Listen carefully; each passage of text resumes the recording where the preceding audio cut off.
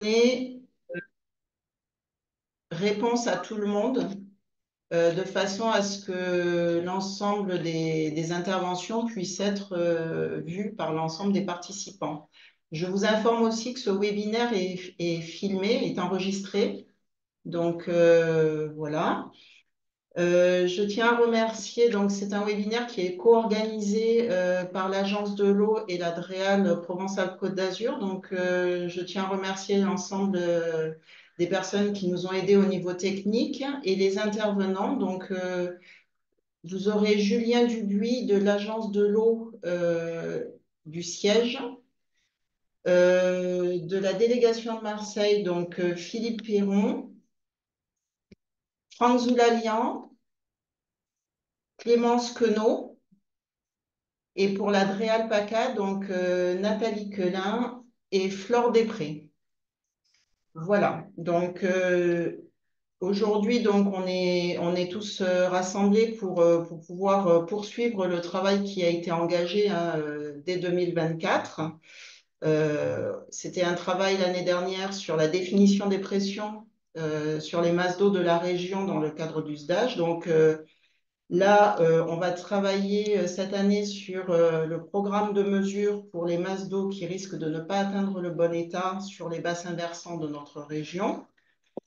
Et vous aurez donc très prochainement des invitations pour des réunions locales qui vont être organisées principalement par la DDT et une sera organisée pour l'Axe-Durance par l'Adréal-PACA.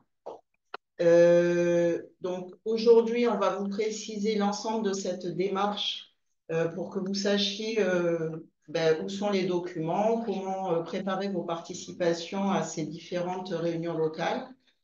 On va commencer par un rappel du contexte, donc pour bien resituer ce cadre de travail qui s'inscrit évidemment dans la continuité de tout ce que vous faites déjà sur les bassins versants et sur vos territoires. Il y aura ensuite un rappel des étapes de construction et notamment des étapes de l'année dernière et de ce qui en est ressorti. Puis, on rentrera plus précisément dans la méthodologie de ce qui est attendu cette année et du travail que vous allez mener collégialement sur les bassins versants. Et enfin, nous terminerons par le calendrier des dates de réunion locale pour que vous puissiez les noter dans vos agendas de façon à pouvoir être le plus opérant possible et participer. Voilà, donc je propose de laisser la parole à Julien Dubuis qui va démarrer par un rappel du contexte. Merci beaucoup, Julien. Merci. Bonjour à tous. Alors, quelques mots d'introduction avant de passer la main à l'Adréal et à la délégation de l'agence. Je suis Julien Dubuis, je suis chef du service planification économie au siège de l'agence de l'eau. Quelques mots pour vous dire que la priorité aujourd'hui, c'est bien la mise en œuvre, la poursuite de la mise en œuvre du SDAGE et du programme de mesure 2022-2027 ont été adoptés début 2022. L'objectif, c'est bien d'avoir un taux de réalisation des mesures qui soit le plus fort possible à l'issue du cycle et de traiter les pressions qui avaient été identifiées dans le cadre du SDAGE 2022-2027. Quelques éléments de bilan à mi-parcours vous seront présentés juste après. Il reste aujourd'hui beaucoup à faire, beaucoup d'actions, de mesures à engager. Vraiment, c'est la première priorité des territoires. Mais en parallèle de cette mise en œuvre, c'est important de rappeler que, contrairement à certaines croyances, la directive 4 sur l'eau, elle ne s'arrête pas en 2027. 2027, en fait, c'est surtout une date vis-à-vis d'échéance et de possibilités de dérogation. Mais post-2027, la directive 4 sur l'eau, elle se poursuit. Elle prévoit bien une mise à jour tous les 6 ans des plans de gestion, donc le SDAGE et le programme de mesure, avec un cadre de dérogation certes différent, mais la logique reste la même. Aujourd'hui, il y a des discussions préliminaires qui ont été engagées au niveau européen sur une révision de la DCE, mais révision qui n'aboutira que dans quelques années et qui ne remet pas en cause cette logique de cycle de 6 ans qu'on actualise, qui permettent une actualisation des plans de gestion. Donc c'est pourquoi aujourd'hui et depuis déjà 2023, on s'est engagé en parallèle de la mise en œuvre sur la préparation du futur cycle 2028-2033. Si tu peux passer, Franck, à la diapositive suivante. Donc là, je pense que tout le monde a en tête les différentes étapes, mais c'est toujours bon de le rappeler. Quand on construit un plan de gestion de la DCE, un SDAGE, un programme de mesure, il y a différentes étapes. On travaille d'abord sur un état des lieux qui nous permet d'établir un diagnostic des pressions qui s'exercent sur les masses d'eau, de l'état des masses d'eau. Euh, sur cet état des lieux, vous avez été amené à participer l'année dernière à une consultation technique sur les pressions à l'origine d'un risque de non-atteinte du bon état. Vous êtes bien prêté au jeu puisque on a reçu en tout 3500 avis sur des couples masse d'eau pression. Donc c'est bien la base de travail qui nous permettra d'élaborer l'état des lieux et sur laquelle vous allez être amené à travailler cette année via les réunions locales sur l'identification des mesures pour permettre de réduire l'impact de ces pressions à l'origine d'un risque. Donc la deuxième étape, c'est effectivement la construction du SDAGE au travers de ces principes de gestion, mais aussi des objectifs environnementaux affectés aux masses d'eau, et en parallèle du programme de mesure qui est la feuille de route pour atteindre les objectifs fixés par le SDAGE. Et puis ensuite, une fois que ces documents sont adoptés, il y a la déclinaison opérationnelle du programme de mesure via les PAOT, auxquels aussi vous avez été associés en 2022-2023 pour identifier les actions plus précises qui déclinent le programme de mesure. Et ensuite, il y a une phase de mise en œuvre, j'en ai parlé, aujourd'hui c'est la priorité, qui nous permet ensuite de rétablir des bilans. Donc en termes de calendrier, c'est la diapositive suivante. Euh, voilà les grandes échéances qui nous attendent. On est aujourd'hui, 2025, c'est une année charnière en termes de préparation du futur cycle 2028-2033. Pourquoi? Parce que à la fois, on va consolider toutes les données de pression qu'on a eues suite aux phases de consultation, qui vont nous permettre d'élaborer l'état des lieux qui sera adopté par le comité de bassin en fin d'année. En parallèle, je vous rappelle qu'actuellement, il y a une consultation sur les questions importantes qui se posent dans le domaine de l'eau. Pour les assemblées, l'échéance finale, elle est très proche, puisque vous avez encore une dizaine de jours jusqu'au 25 mars pour nous faire parvenir les avis de vos structures sur cette consultation. La consultation, elle va s'étendre jusqu'au 25 mai pour le grand public. Donc, n'hésitez pas aussi à relayer l'information sur cette consultation pour que la participation soit la plus forte possible. Et donc, pour revenir sur la partie pression mesure, donc on va finaliser l'état des lieux, mais en parallèle, on travaille déjà, et c'est l'objet de la réunion d'aujourd'hui, sur la préparation du programme de mesure avec toute une phase de réunions locales qui vont se tenir sur l'ensemble du bassin Rhône-Méditerranée entre février, il y a déjà des réunions qui ont démarré dans d'autres régions jusqu'au mois de septembre pour identifier les mesures du projet de programme de mesure. Ça va nous porter ensuite via la concertation politique avec le comité de bassin sur une adoption des projets de SDAGE et de programme de mesure 2028-2033 en juin 2027. Il y aura une phase de consultation aussi officielle sur ces projets de SDAGE et de programme de mesure au cours de laquelle vous serez aussi sollicité pour déposer des avis, que ce soit sur le SDAGE ou les mesures qui sont identifiées. Ce sera à partir de fin 2026. Et ensuite, on vise une adoption finale des SDAGE et programmes de mesure fin 2027 par le comité de bassin. Voilà quelques mots d'introduction pour poser un peu le contexte. Et je repasse la main du coup à la région.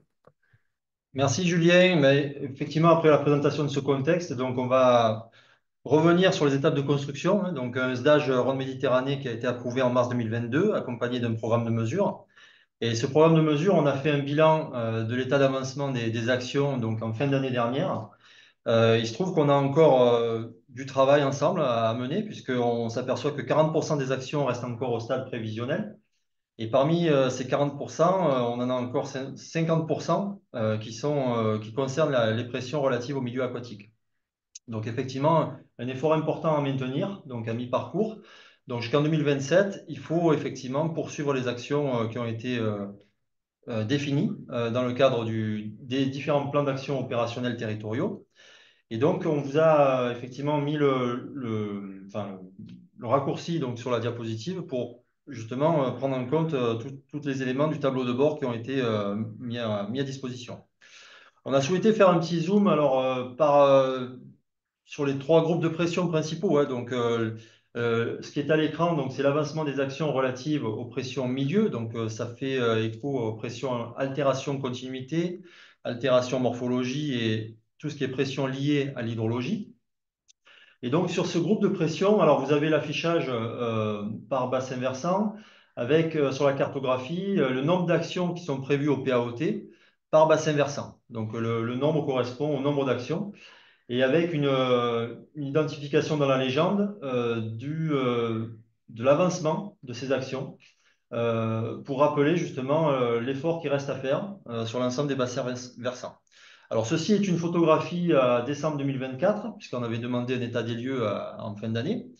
Et donc, on s'aperçoit que sur les actions qui restent à engager ou terminer, encore 46% des actions concernant les milieux, les pressions sur les milieux, 46% des actions restent encore au stade prévisionnel.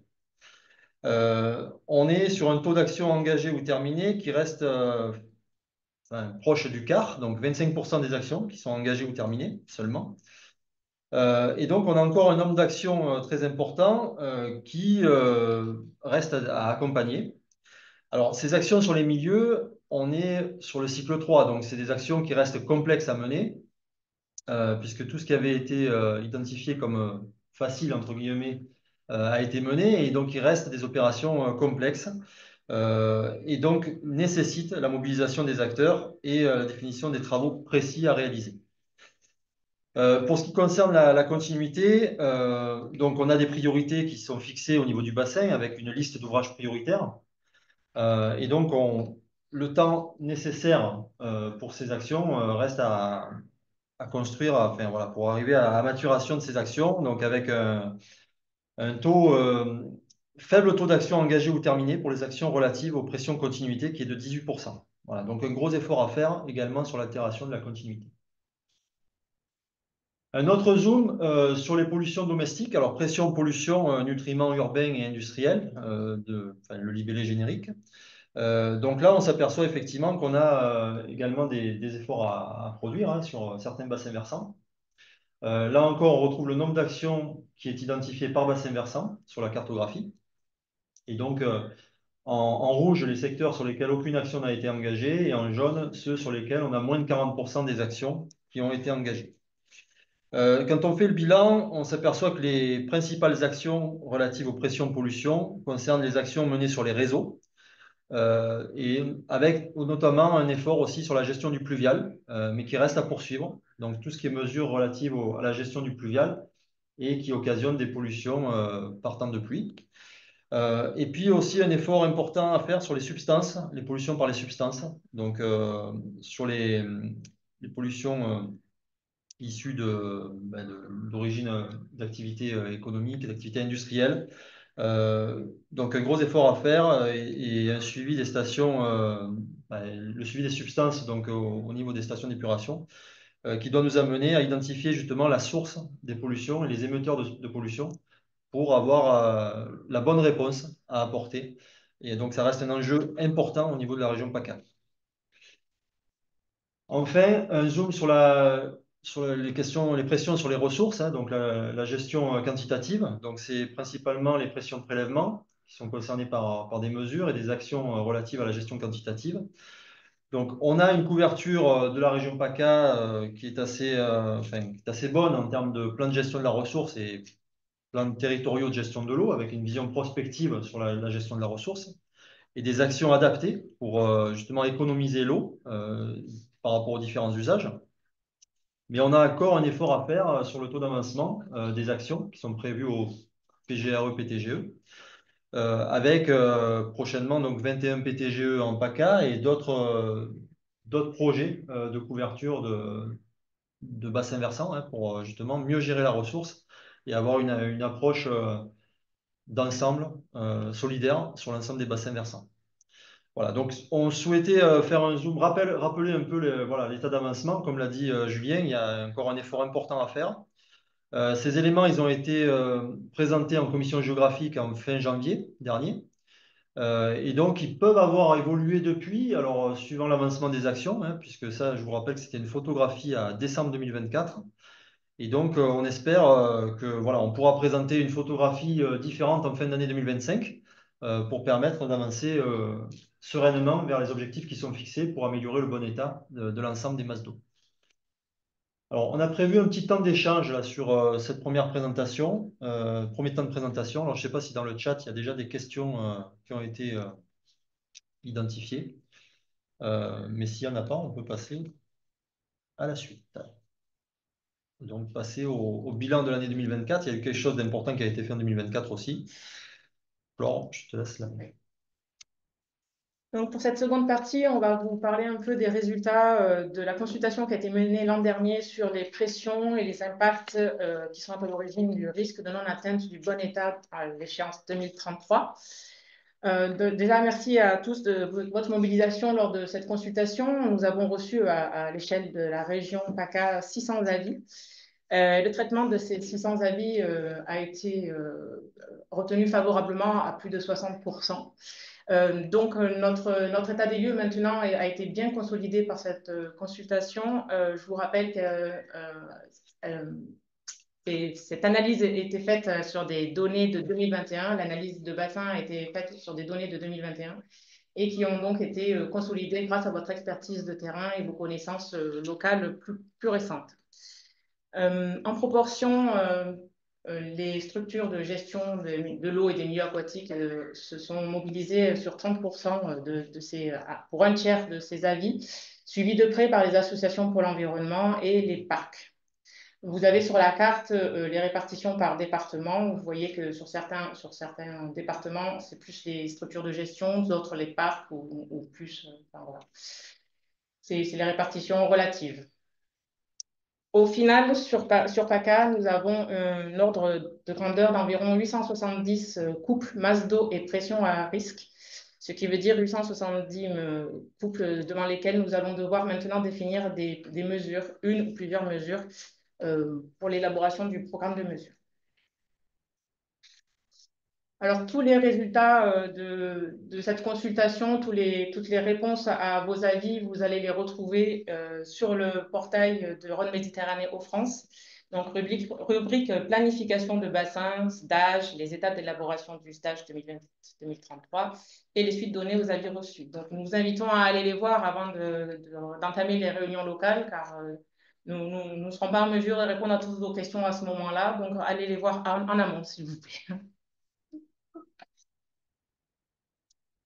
Alors, en termes de représentation sur ce que ça donne par département, alors, je veux vous préciser que ces graphiques ne présentent pas la pression à altération à l'hydrologie, tout simplement parce que je vous rappelle qu'entre le cycle précédent et le cycle en cours, il y a eu une modification de méthode sur cette pression-là, afin d'identifier plus précisément les pressions qui sont à l'origine sur l'hydrologie. Elle a été éclatée en plusieurs pressions.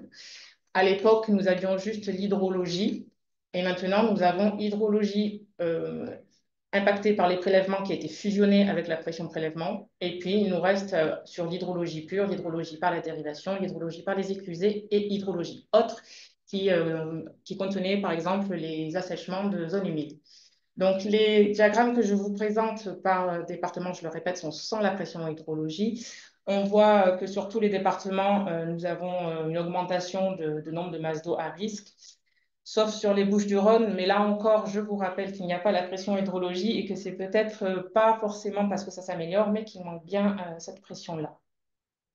Mais globalement, on est à peu près dans les mêmes quantités pour chaque département. Si on va à une analyse un peu plus fine, cette fois-ci par pression, alors ce sont des diagrammes qui vous présentent l'analyse sur les cours d'eau, les lacs et les eaux souterraines, car ce sont des masses d'eau qui ont des pressions identiques, en tout cas, au titre de la DCE. Et toujours sans la pression hydrologie parce qu'elle n'est pas comparable entre le cycle précédent et le cycle présent, enfin, futur plutôt, 2028-2033. Nous pouvons voir par exemple sur les Alpes de Haute-Provence une augmentation de la pression nutriments urbains. Donc c'est notamment le cas sur le bassin versant du Largue où on a des incidences de plusieurs systèmes de traitement sur le bassin versant. Et à l'inverse, on a une diminution sur la pression 0,5, donc c'est la pression sur les prélèvements, qui montre finalement le bon avancement des actions des PTGE et leur incidence positive sur les pressions.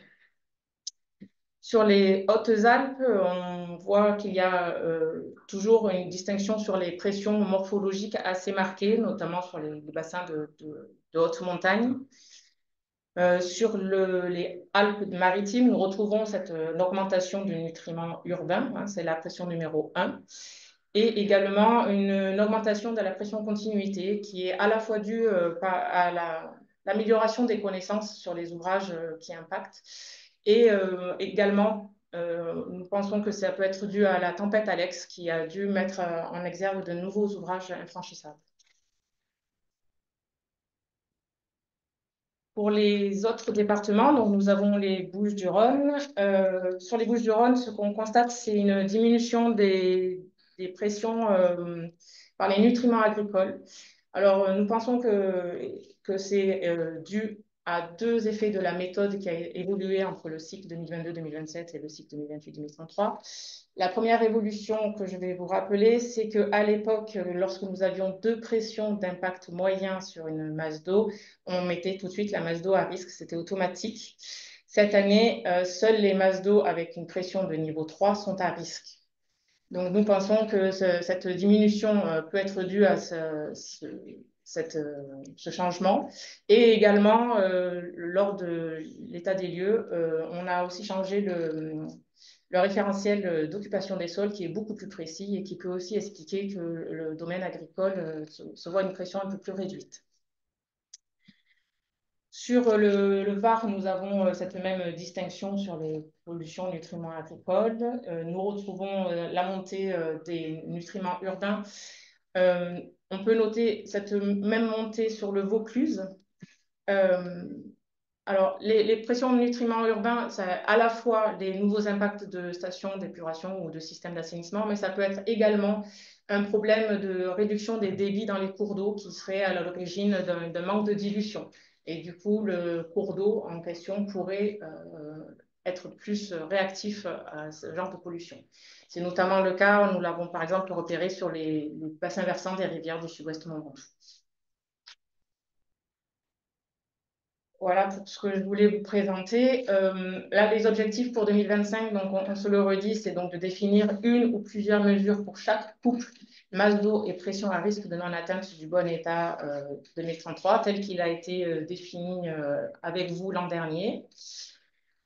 Et en même temps, c'est de continuer les actions en cours et d'engager celles qui restent à faire pour le cycle 2022-2027, comme vous l'a dit Franck et Julien, ça reste une priorité. Notamment, on vous rappelle que le bassin Rhône-Méditerranée s'est donné comme objectif d'atteindre 67% de masse d'eau en bon état écologique à l'échéance 2027. Donc, c'est toujours primordial de continuer les actions en cours tout en prévoyant ce qui devrait être fait au cycle 2028-2033.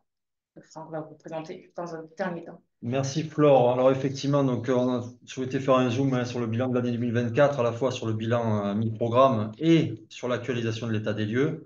Donc peut-être que des questions ont émergé dans le chat à ce sujet, notamment au regard des graphiques qu'on a présentés sur le nombre de masses d'eau, l'évolution du nombre de masses d'eau à risque entre le cycle 3 et le cycle à venir.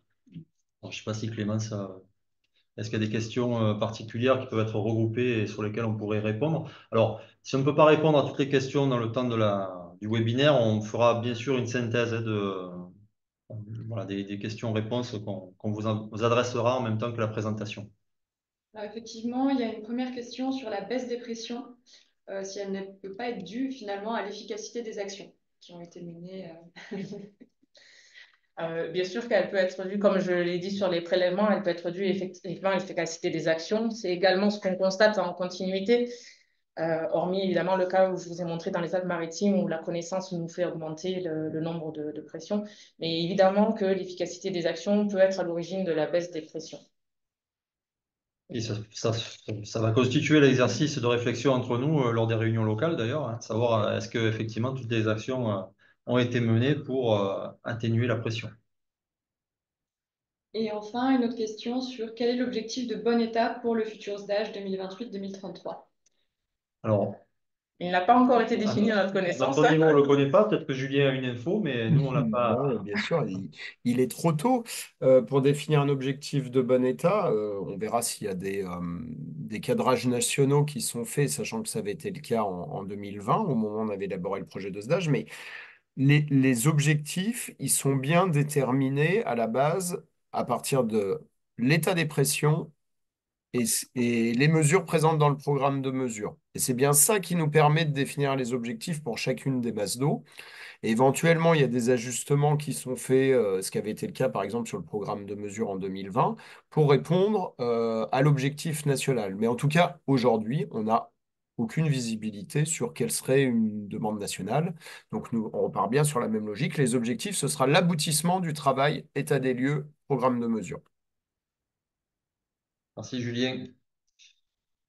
Est-ce qu'il y a Et d'autres enfin, une questions? dernière question, plus sur la précision.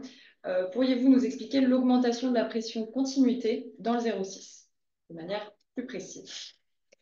Alors, bon, là, on a cité quelques cas parce qu'effectivement, on n'a pas analysé tous les cas de figure, hein, donc ça relèverait d'une analyse un peu plus détaillée.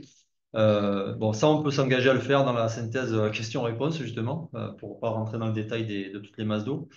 Voilà, ça peut être relié effectivement à tout ce qui est alors sur la baisse, ben, sur le nombre d'ouvrages qui ont été traités, hein, c'est-à-dire que voilà, il peut y avoir eu des actions justement qui ont été engagées pour traiter des seuils et des ouvrages qui faisaient obstacle à la continuité, alors soit sédiments, soit espèces. Ça peut être lié à des effets, comme l'a signalé Flore, enfin, voilà, par rapport aux effets climatiques, hein, c'est-à-dire qu'il y a eu quand même un bouleversement des milieux sur certaines vallées du 06 qui a pu effacer naturellement certains ouvrages. Il y a créé d'autres. Voire en faire Et il y a apparaître. créé Pouvoir d'autres. pouvoir en faire apparaître d'autres. Voilà. Donc, effectivement, ça fera partie des questions enfin, auxquelles on répondra de manière plus précise dans la synthèse qu'on établira à l'issue de ce webinaire. Et une dernière question encore qui a été posée Oui. sur la demande sur les travaux. Donc, est-ce qu'ils vont être engagés par l'État sur la révision de la DCV et à l'échelle des différents grands bassins hydro français? C'est-à-dire, ah oui, sur la feuille de route finalement nationale, C'est une réaction par rapport à ce que tu as pu dire, Julien. Oui, Euh, alors à ce stade, hein, en fait, il y a des discussions préliminaires qui ont lieu entre États membres. Mais ça se joue plutôt au niveau national, au niveau du ministère. Et c'est le ministère qui est dans les discussions avec les autres États membres. Mais voilà, c'est un processus, on en est vraiment au tout début des discussions. Donc on n'a pas trop de visibilité sur quelles seront les évolutions qui pourront intervenir dans une éventuelle révision de la DCE. Et après, plus sous forme de remarques que de questions, il serait intéressant d'avoir, par exemple, chaque année, lors des points agence structure de gestion, un point d'avancement du tableau de bord sur le bassin concerné. Étant un peu étonné par les résultats sur le bassin versant du Verdon qui est en orange sur les cartes qui ont été présentées. je pense que oui. C'est Alors. une bonne suggestion qu'on peut enregistrer et qu'on proposera bien effectivement à nos collègues des services territoriaux. C'est un outil de suivi et alors sachez que enfin, les services déconcentrés nous ont aussi fait cette demande, hein, donc d'avoir cette possibilité de suivre justement l'avancement des actions. Donc après, c'est en fonction de la mise à jour hein, d'un outil de suivi donc, qui s'appelle Osmose, sur lequel on extrait justement les données et qui nous permettent de faire des synthèses par bassin versant. Mais effectivement, ça, c'est ce qui a été bancarisé suite à la mise à jour de décembre 2024. Et je le dis, enfin, je l'ai dit tout à l'heure, mais il peut y avoir eu des actualités sur le premier trimestre qui permettent d'avancer aussi certaines actions. Après, ce qu'il faut relativiser aussi, c'est que vous avez vu sur le nombre enfin, les bassins versants ne sont pas tous concernés par le même nombre d'actions, hein. Il y en a qui sont concernés par une ou deux actions, d'autres qui sont concernés par une dizaine d'actions. Donc forcément, c'est plus compliqué de mener de front les différentes actions. Ce qui peut expliquer effectivement les différentes gradations de couleurs par bassin versant. Donc, on a fait le tour. Bon, n'hésitez pas à vous manifester dans le chat, voilà, pour qu'on puisse aborder d'autres points à la suite. Alors, à la suite des étapes de construction, on a prévu justement de rentrer dans la méthodologie, puisqu'on a actualisé l'état des lieux du SDAGE, prochain SDAGE. Donc, ça constitue la photographie des pressions qui s'exercent sur les masses d'eau. Et donc, il nous faut désormais définir les mesures les plus adaptées pour répondre à ces pressions qui présentent un risque de non-atteinte du bon état à l'échéance 2033. Donc, la question à se poser, c'est quelles sont les mesures les mieux adaptées, quelles sont les plus prioritaires, de manière à ce qu'elles puissent réagir et de manière efficace euh, sur les masses d'eau. Mais tout en se référant à ce qui a été déjà engagé au cycle 3 et ce qui est encore en cours, ce qui a pu aussi être identifié comme infaisable, entre guillemets, à l'échéance 2027, c'est-à-dire qu'il y a eu des masses d'eau qui ont été concernées, qui sont concernées par un report du risque post-2027, puisque sur l'exercice du dernier programme de mesure, on s'est dit il y a des actions qu'on n'arrivera pas à traiter, enfin on n'arrivera pas à traiter le risque de non-atteinte de bon état d'ici 2027. Et donc il y a des pressions qui restent à risque post-2027 et sur lesquelles justement il va falloir s'interroger sur quelles mesures les plus adaptées et les plus efficaces pour réduire les pressions. Donc, on a un objectif de construction collective, j'insiste sur le collectif, pour définir la réponse la mieux adaptée. Et donc, avec deux principes qu'on va détailler, celui du ciblage et celui de la priorisation des mesures. Donc, le ciblage, il va consister à déterminer ce qu'il faut faire, ce qui est pertinent de faire pour atteindre le bon état. Donc, avec une recherche d'équilibre entre ce qui est faisable techniquement, le coût des options et des scénarios qu'on prend pour justement accompagner les actions, et l'efficacité des dispositifs. Et donc, ça veut dire qu'il faut réfléchir à une échelle. Alors, le SDAGE, il évoque la question de la gestion intégrée des enjeux de l'eau, c'est-à-dire que des actions qui vont être faites, par exemple, sur des réseaux d'assainissement pour lutter contre la pression-pollution, ça peut aussi avoir un gain sur le milieu, puisque, comme l'a cité Flore, il peut y avoir des problèmes de débit sur le milieu, et il peut y avoir des problèmes de dilution, et du coup, ça peut altérer le milieu aquatique.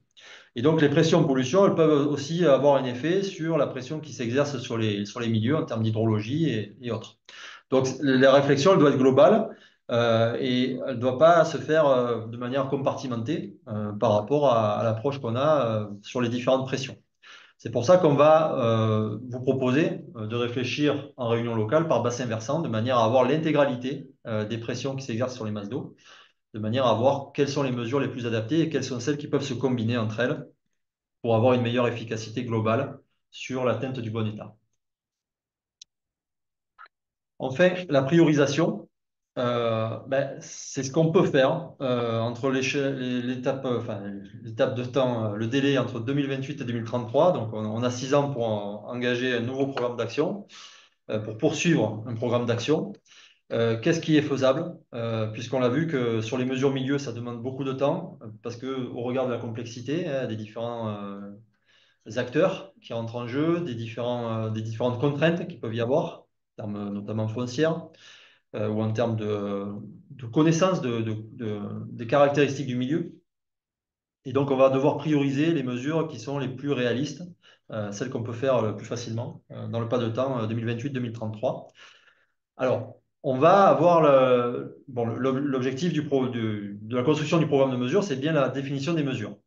Mais ça doit être couplé à anticiper ce qu'on va faire avec ces mesures, c'est-à-dire quelles actions sont les plus adaptées pour répondre aux mesures. Donc, l'idée, c'est d'esquisser des actions, si possible avec un contenu technique, enfin, le détail, par exemple, d'un tronçon de cours d'eau qu'on va traiter par rapport à ce qui a déjà été fait, ou de la définition des ouvrages qui vont être concernés. Donc ça peut nous aider, du coup, à identifier les actions prochaines qu'on aura à mettre en œuvre dans le prochain plan d'action opérationnel territorial sur chaque département. Et puis la petite nouveauté par rapport à cette priorisation, c'est aussi de tenir compte de l'évolution du changement climatique. Alors, l'année dernière, lors de l'actualisation de l'état des lieux, on vous avait dit on ne considère pas le changement climatique dans la qualification des pressions. Ça viendra en parallèle.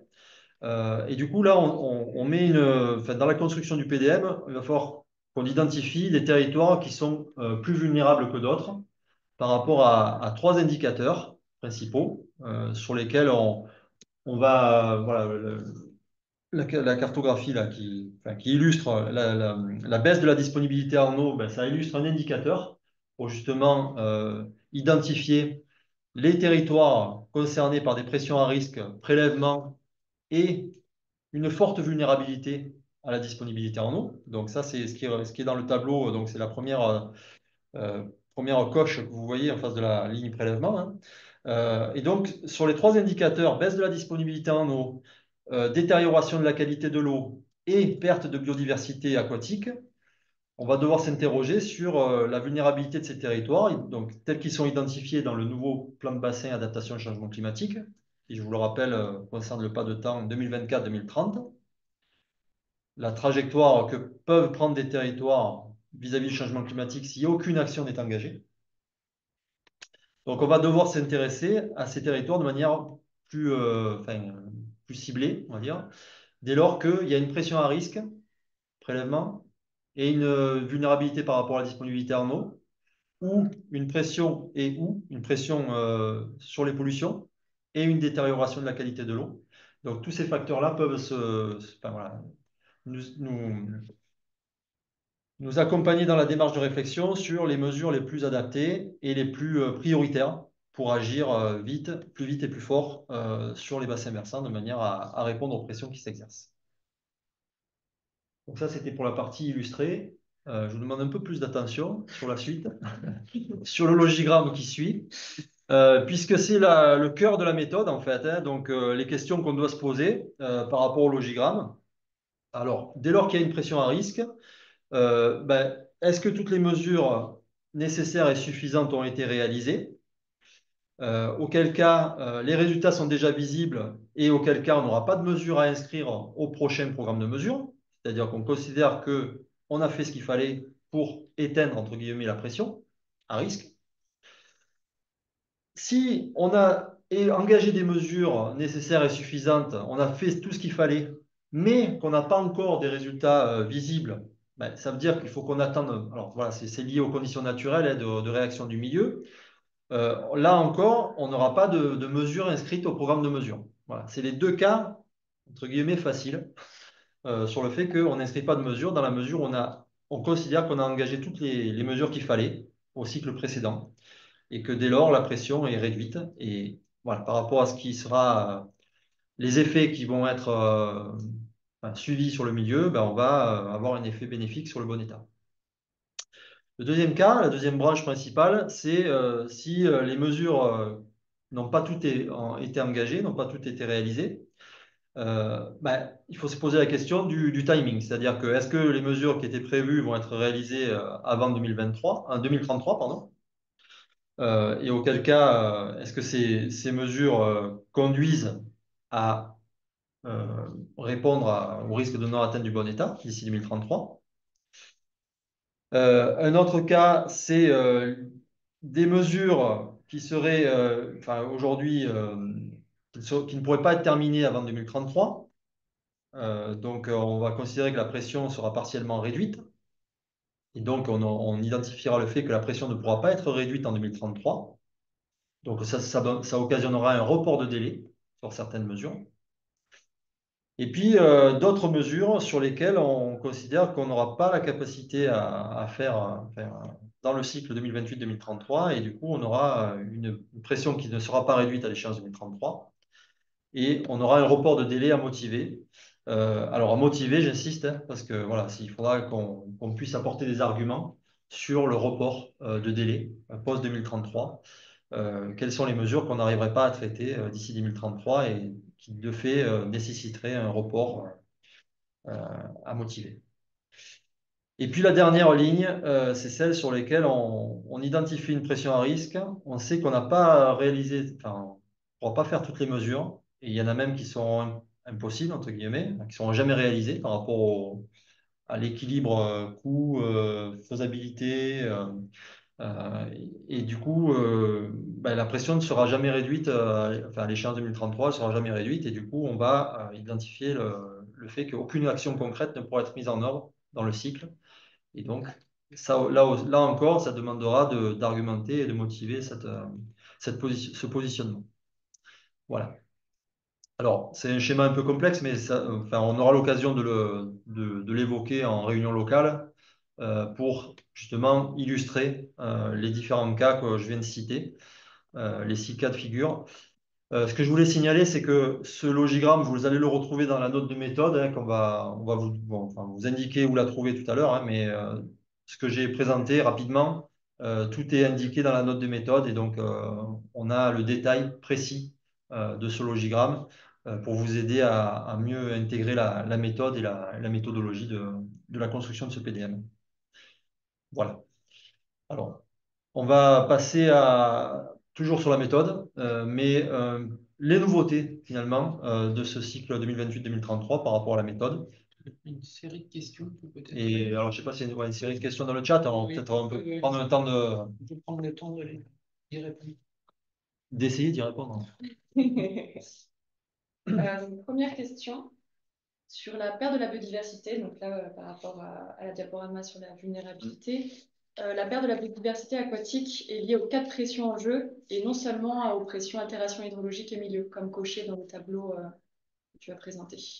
Alors, ça, c'est un point d'entrée qu'on a, dans la note de méthode hein, qu'on a identifié sur la question de l'altération à l'hydrologie et l'altération des milieux comme facteur d'action pour justement contrer cette vulnérabilité, cette sensibilité par rapport à la perte de biodiversité.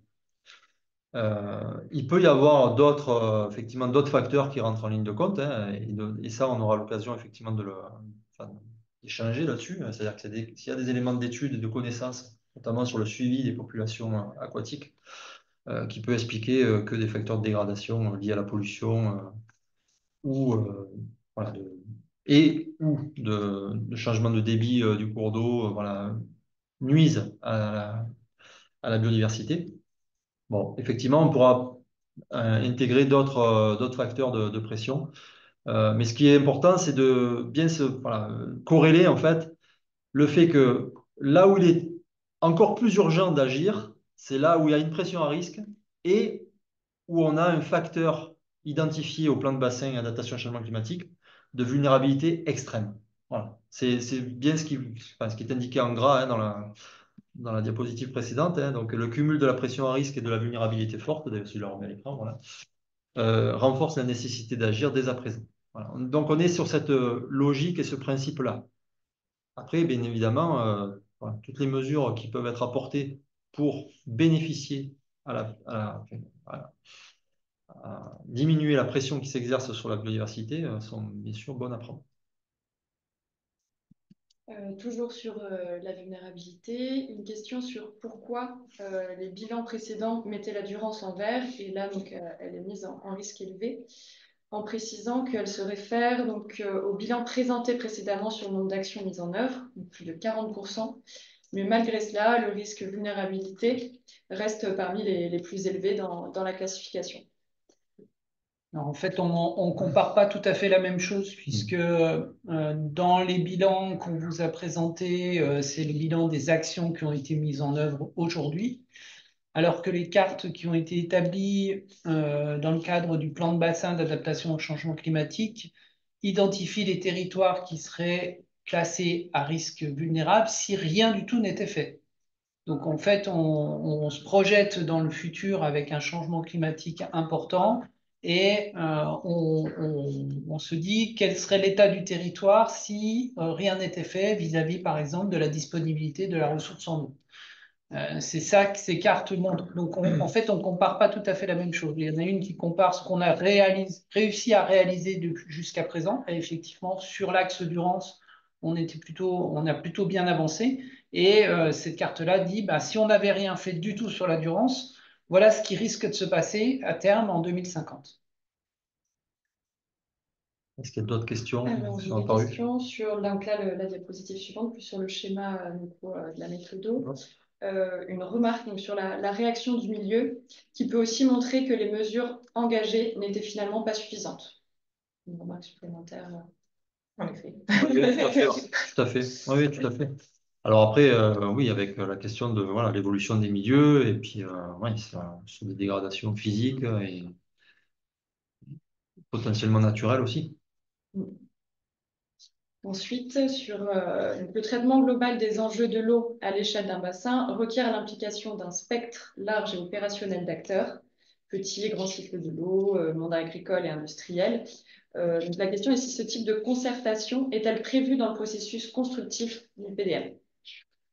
Alors c'est l'idée enfin, des réunions locales, hein, enfin, sur le, voilà, c'est de confronter justement les avis des différents acteurs, hein, collectivités, gestionnaires de milieux et autres acteurs enfin, économiques. Hein. Donc l'idée justement, voilà, c'est effectivement ouvert, comme je l'ai dit, c'est une construction collective. Et donc chacun doit jouer sa partie et sa partition.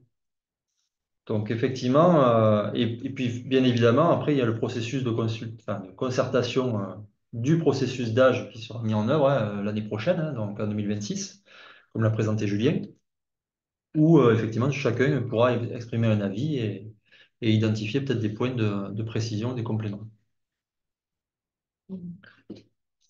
Ensuite, bon, là, de nouveau une question donc, sur le PBACC. Une question sur de quelle manière les bassins versants donc, assurés sur la carte vont-ils être traités dans le travail de croisement avec les pressions, ceux qui sont non qualifiés sur la carte. Alors ça, c'est de la méthode de construction du PBACC par rapport au territoire assuré, qui n'a pas été, enfin, où la pression, enfin, en tout cas, la vulnérabilité baisse de la disponibilité en eau n'a pas été qualifiée sur les bassins versants côtiers. Là. Bon. Alors, sur comment ils vont. Alors, c'est juste, tu peux Voilà, reformuler, sur, s'il te plaît. voilà, sur les classes qu'on va en assurer donc de non qualifiés, comment elles seront traitées dans le travail de croisement avec les pressions? Alors, soit on a, soit c'est une pression. S'il y a une pression à risque, de toute façon, il faudra identifier une mesure. Et si la pression, s'il n'y a pas de pression à risque et que ces territoires ne sont pas identifiés comme vulnérables, il n'y aura pas il y aura pas de mesure.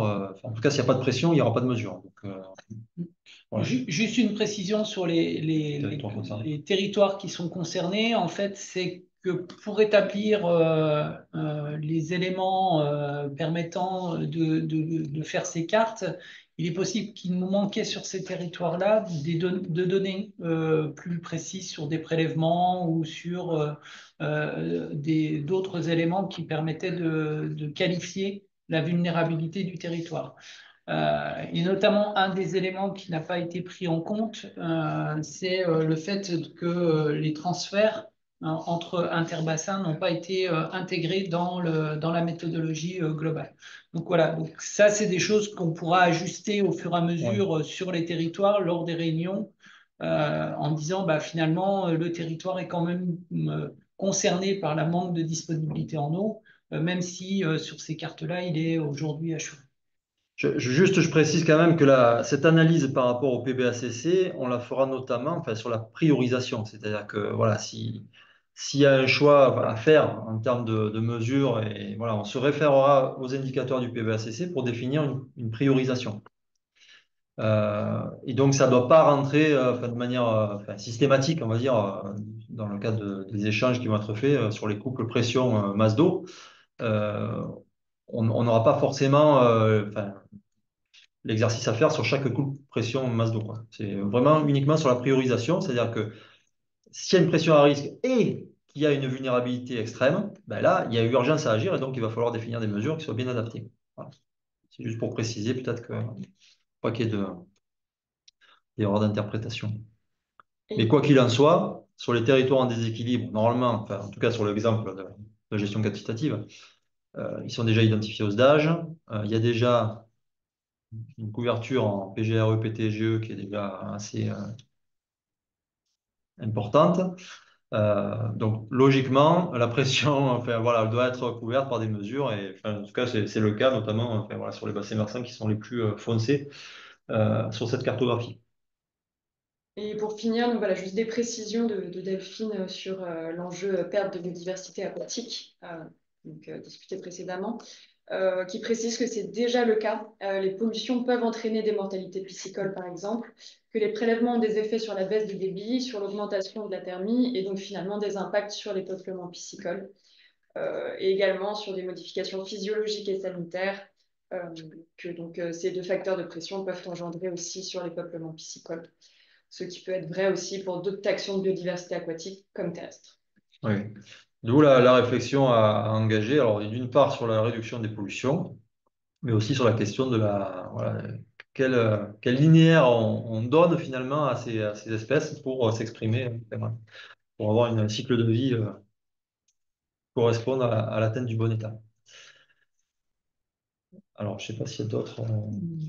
Pour les masses d'eau côtières, oui, il y a des masses. Alors, je réponds en direct sur la. Oui, effectivement, si les masses d'eau côtières sont également concernées par des pressions qui s'exercent sur les masses d'eau côtières, donc, notamment la pression altération maritime, enfin, liée aux activités maritimes.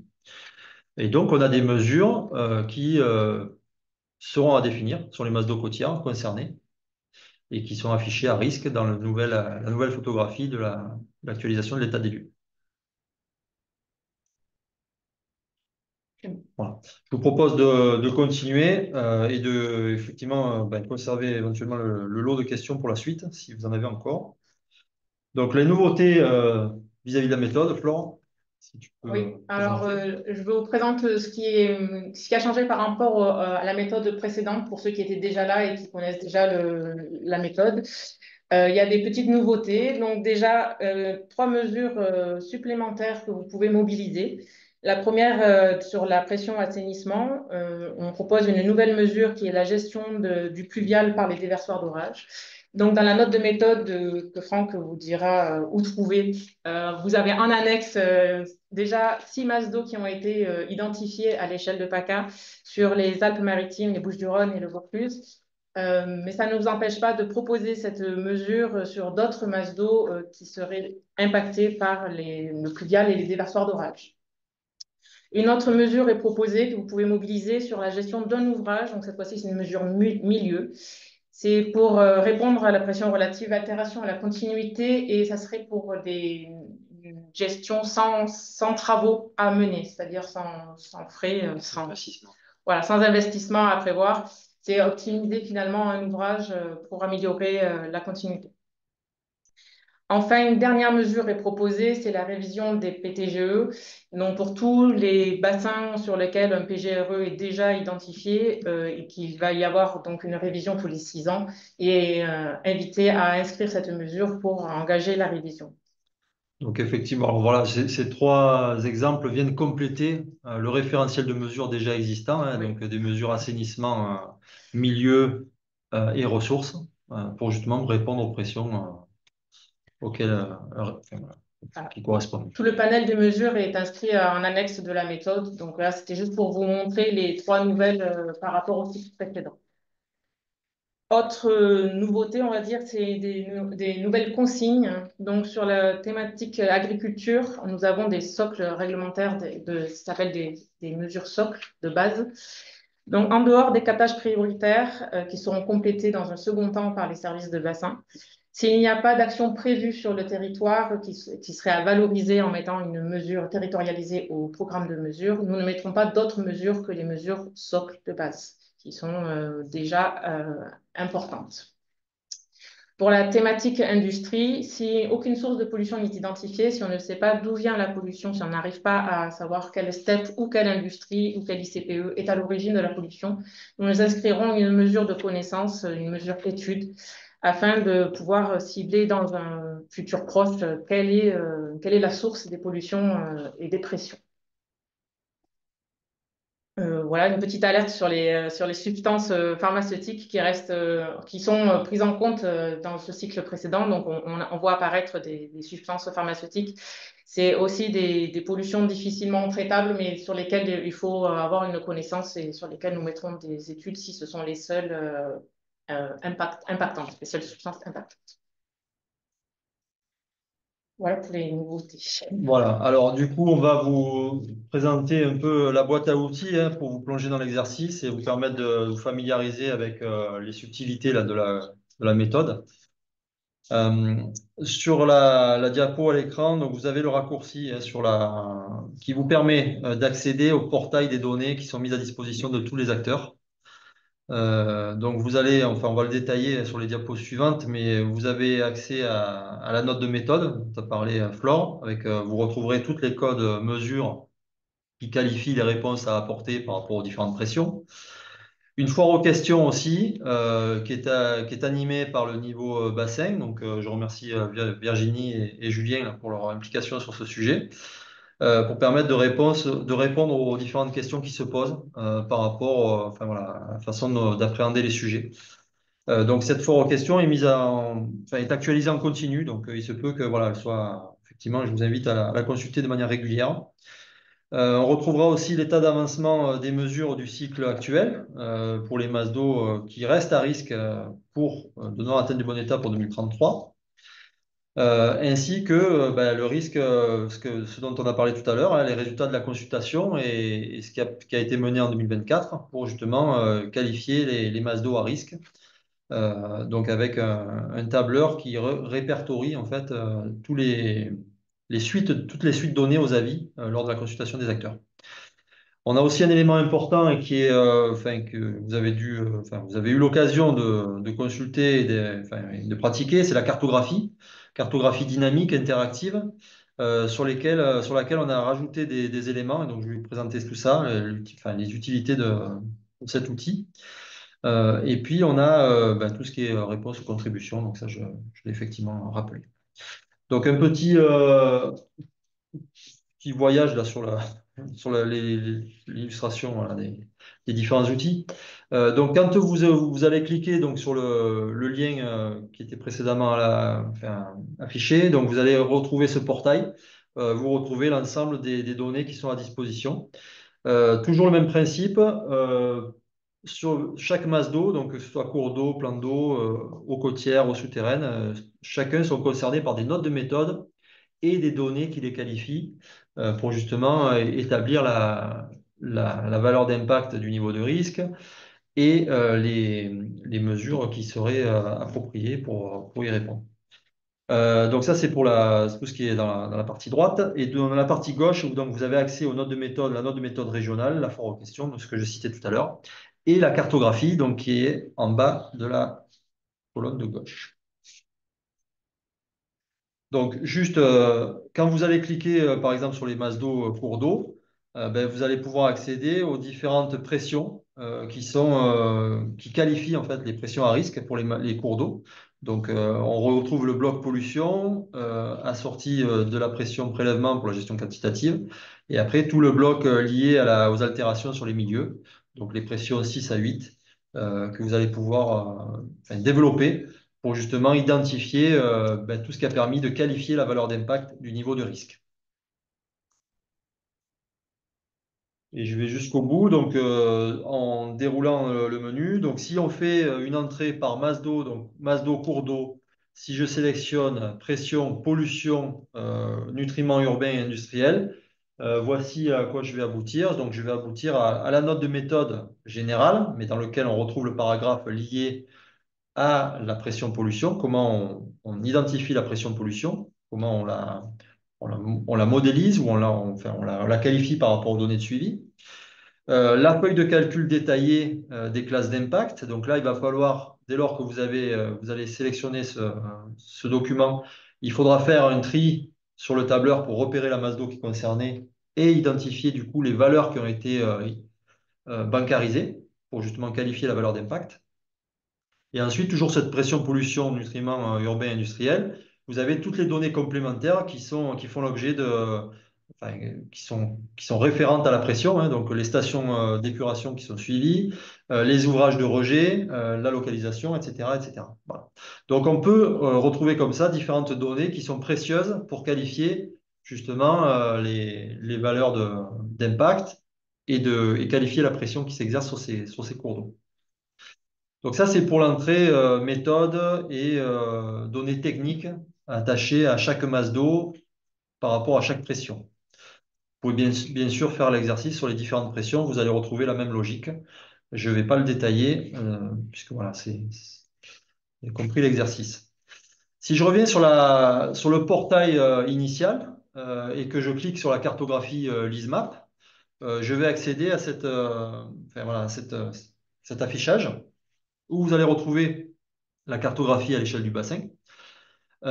Et vous allez pouvoir, alors c'est pour indication, hein, vous avez un item documentation générale. Si vous cliquez sur cet item-là, vous allez retrouver le portail d'accueil des données qu'on a présenté tout à l'heure. Ensuite, vous avez la possibilité d'activer une fenêtre localisation. Donc c'est la fenêtre, enfin c'est la flèche verte qui est à l'extrême gauche de votre écran. Par cette activation, vous allez pouvoir afficher la masse d'eau qui vous intéresse ou le bassin versant. La petite nouveauté pour cet outil cartographique qui a été, entre guillemets, recyclé par rapport à l'exercice d'actualisation de l'état des lieux des pressions à risque, c'est cette nouveauté, c'est-à-dire que vous allez pouvoir centrer sur un bassin versant. Dès lors que vous allez cocher cette possibilité, voilà, vous allez avoir accès à la possibilité de localiser sur votre sous-bassin versant qui vous intéresse. Et c'est intéressant justement pour avoir la vision globale des pressions à risque et des mesures qu'il faudra définir. Et ensuite, vous retrouvez l'architecture concernant le risque de non-atteinte de bon état 2033, le risque global, et ensuite par pression par pression. Donc, si je développe, voilà, j'ai pris un exemple, donc le bassin versant là, de l'Aise. Donc, on a activé la fenêtre localisation, on a renseigné le bassin versant Aise, et vous voyez qu'à l'écran, on a le zoom sur le bassin versant. Dans ce qui a été coché, là, c'est le risque global de non-atteinte de bon état. Pour permettre d'avoir une fenêtre, quand on clique sur la masse d'eau concernée, qu'on sélectionne, donc là on a sélectionné l'Aise, on a une fenêtre de renseignement sur l'ensemble des pressions qui s'exercent sur la masse d'eau. Donc là, en l'occurrence, sur la FRDR 248, on a 4 pressions à risque qui s'exercent sur la masse d'eau et qui concernent pollution, nutriments, pesticides et tout ce qui est altération, et pollution agricole aussi, et tout ce qui est altération à la morphologie. Et donc, ça, c'est le risque global. Là, on ne peut pas avoir d'autres informations à partir de ce coche. Voilà. Si on veut avoir d'autres informations, il va falloir cocher ce qui est dans le menu déroulant, donc sous le risque de non-atteinte de bon état global, par pression. Donc là, on a vu que la pression pollution était une pression à risque. Donc on va pouvoir cocher dans le menu déroulant masse d'eau à risque par rapport à la pression pollution nutriments. Et on va avoir, si on garde la sélection sur la masse d'eau qu'on avait étudiée tout à l'heure, la FRDR 248, la possibilité de visionner ce qui est relatif à cette pression pollution. Est-ce que c'est une nouvelle pression ou est-ce que c'était une pression qui était déjà connue et sur laquelle il y a déjà des mesures d'engagées, de définies? Dans le cas de la FRDR 248, dans la fenêtre d'information, on voit qu'il y a effectivement une mesure inscrite au cycle 3, au cycle 2022-2027. Ça veut dire que la pression est déjà à risque actuellement. Et donc, il y a déjà une mesure et une ou plusieurs actions qui peuvent être attachées à cette mesure. Et donc, la petite nouveauté de cet outil interactif, c'est de vous permettre de visualiser par masse d'eau l'ensemble des mesures qui ont déjà été définies, si la pression est déjà à risque, ainsi que les actions qui sont rattachées à ces mesures. Alors, l'actualisation, elle est en correspondance avec ce qu'on vous a montré tout à l'heure, c'est-à-dire l'avancement des actions en décembre 2024. Donc, il se peut qu'il y ait des actions qui aient évolué depuis et sur lesquelles on est à échanger justement sur la pertinence de la reconduite des actions et des mesures. Et donc, vous avez un petit lien dans la fenêtre d'information qui vous permet d'accéder à la partie que je vous affiche à l'écran. Sur la FRDR 248, sur la pression pollution nutriments, la mesure concerne des mesures, enfin, mesures industrie pour le coup, et avec une action qui est d'identifier les sources de pollution hors substances dangereuses. Donc ça, c'est l'action qui est en cours. Et on voit que l'état d'avancement de l'action est au stade prévisionnel. C'est-à-dire qu'il n'y a pas encore de maîtrise d'ouvrage qui ont été définies sur cette action. Voilà, ça fait partie du lot d'actions sur lesquelles il faudrait arriver à préciser justement les libellés de maîtrise d'ouvrage pour avoir une action qui se concrétise dans le cycle 2022-2027. Et donc, sur la partie d'information du bas, vous avez également l'information sur les autres pressions qui génèrent le risque. Et si vous voulez cliquer sur ces pressions, vous allez retrouver les mêmes types d'informations, c'est-à-dire les mesures qui sont déjà identifiées et les actions qui sont rattachées. Ça, c'est dans le cas où on a une masse d'eau qui est déjà concernée par un risque au cycle 22-27. Pour les nouvelles masses d'eau qui sont concernées par le risque de non-atteinte de bon état 2033, la colonne mesure ne va pas être renseignée puisqu'elle reste à définir entre nous lors des réunions locales. Voilà. Donc ça, c'est un petit aperçu des utilitaires de la cartographie interactive et surtout sur les évolutions de cet outil par rapport à ce que vous avez pu connaître l'année dernière. Mais c'est un outil pratique qui nous permettra de travailler à l'échelle du bassin versant et d'identifier pression par pression les mesures qui ont déjà été inscrites ou les nouvelles mesures à identifier, ainsi que les actions qui sont à poursuivre. Voilà. Donc ça, c'était pour la présentation de l'outil cartographique. Et donc la page d'accueil, c'est bien celle-ci, la page d'accueil à partir de laquelle vous allez retrouver toutes les données qui vous intéressent, et notamment la cartographie, donc avec la troisième flèche verte en bas à gauche. Voilà. Donc je vous invite à parcourir ces outils pour être familiarisé avec, avec l'outil et nous permettre d'aller un peu plus vite, on va dire, en réunion locale pour identifier justement les mesures à qualifier. Est-ce qu'il y a des questions dans le chat alors, par rapport à cette partie et par rapport peut-être à la partie d'avant? Il y avait juste une question qui a été du coup répondue directement dans le chat sur, par rapport aux nouvelles mesures qui ont été précisées sur le volet agricole notamment. Une question sur quelles sont en fait les mesures de base en agriculture, une incompréhension sur ce qui est attendu par la mesure de gestion d'un ouvrage. Sur l'installation de la conformité. D'un ouvrage sans travaux. D'accord. De précision. Virginie Rétoré a répondu. Ok. Il n'y a pas d'autres interrogations? Pas d'autres interrogations. Bon. Alors, l'échelle des réunions locales, la question s'affiche, donc je réponds direct. Donc, on va le préciser dans le calendrier, puisque justement, ça fait la transition avec la dernière partie donc, de ce webinaire, qui n'est pas la moins importante, puisque c'est justement pour vous permettre d'inscrire les dates importantes pour les bassins versants qui vous concernent, donc notamment l'échelle de réflexion, ça va être à l'échelle des bassins versants. Je me mets sur la diapo correspondante, mais il y a d'autres questions qui apparaissent. Donc, oui. On va le faire tout de suite, de mettre le lien sur le lien du site sur le chat. Alors, je vais donc vous présenter le calendrier des prochaines rencontres. Donc, comme on vous l'a dit, on va donc organiser des réunions locales par bassin versant ou groupe de bassins versants.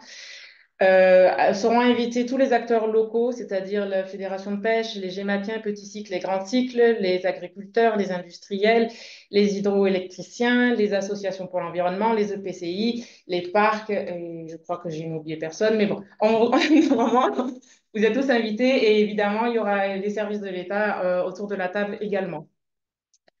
Donc, une préparation du programme de mesure qui se fait d'abord au niveau technique, hein. Ce sont bien le niveau technique qui est attendu lors de ces réunions, puisque le niveau politique est plutôt attendu lors de la consultation officielle donc de fin 2026. Donc, c'est bien un niveau de représentation technique pour préparer ce programme de mesure qui est attendu lors des réunions.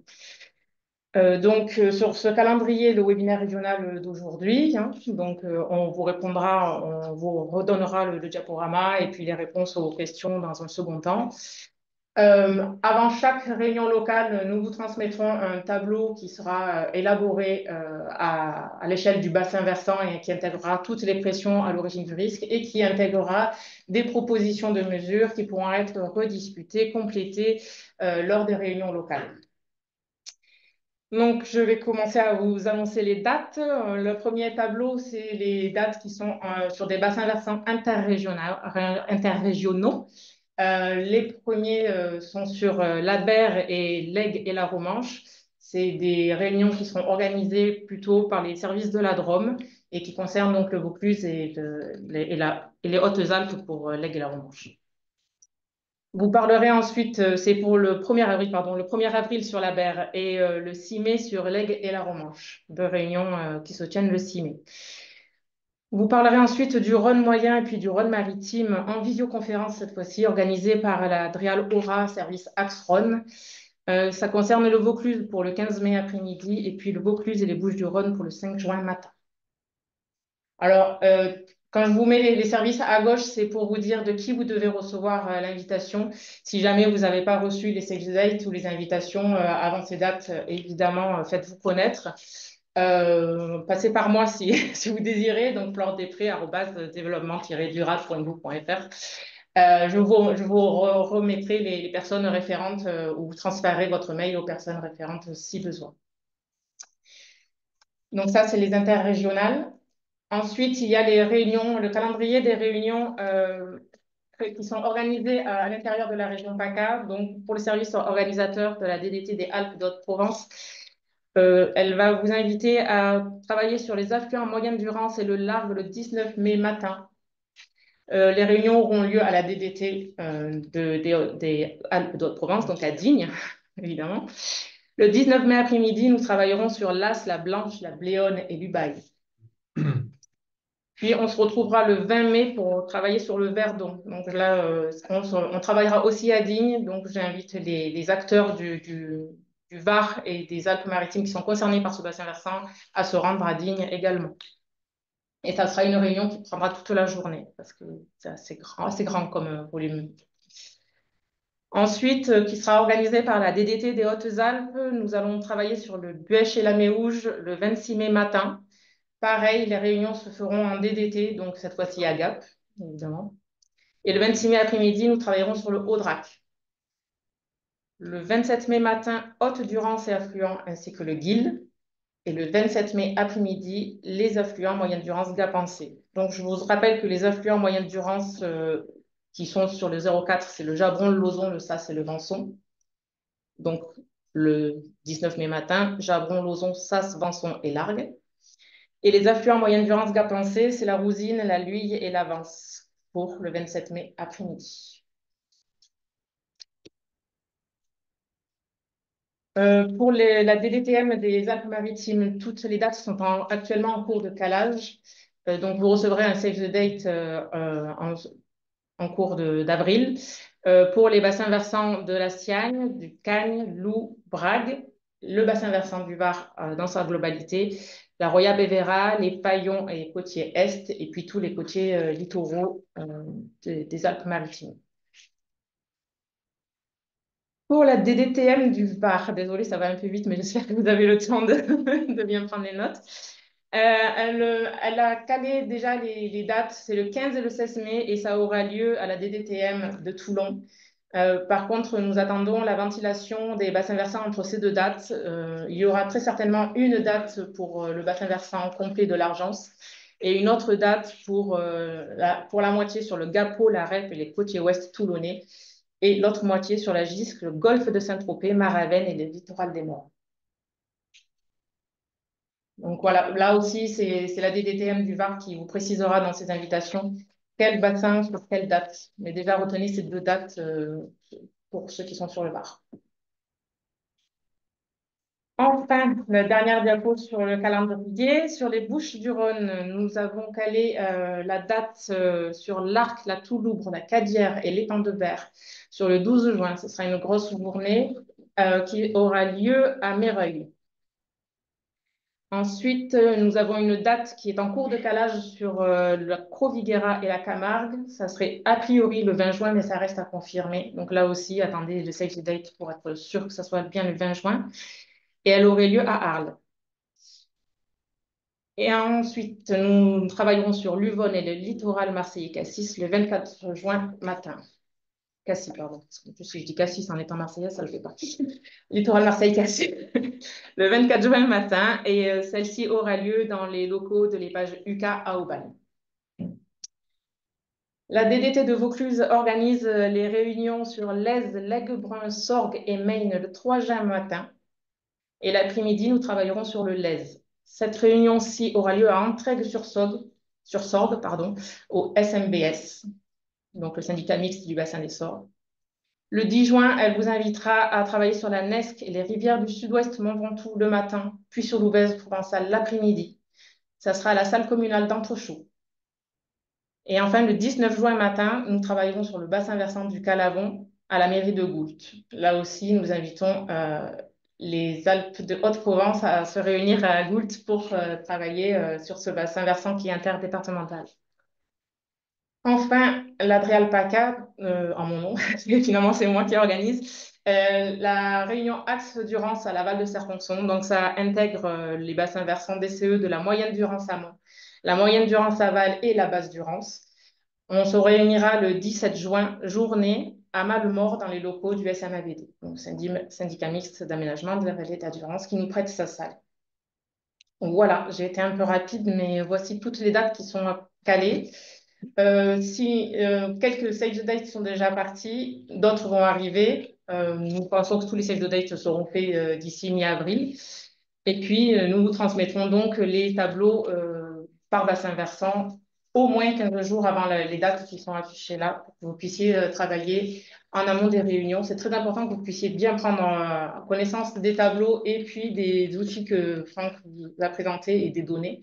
Il y a beaucoup de données, donc nous vous invitons à travailler en amont des réunions, car ce sont des réunions assez lourdes, assez lourdes de par le fait que nous sommes de nombreux acteurs différents sur de nombreuses pressions.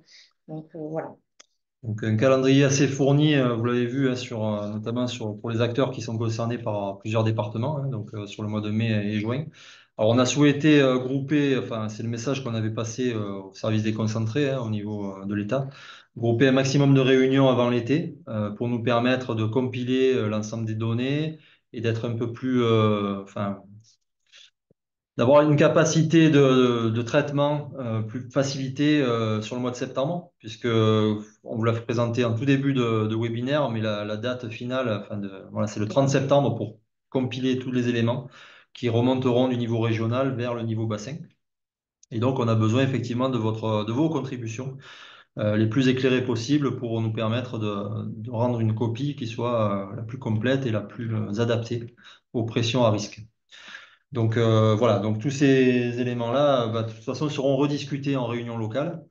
Mais n'hésitez pas de toute façon, à formuler des questions voilà, au niveau régional, donc à l'Adréal et à l'Agence de l'eau, par rapport aux éléments de précision qui vous ont été présentés.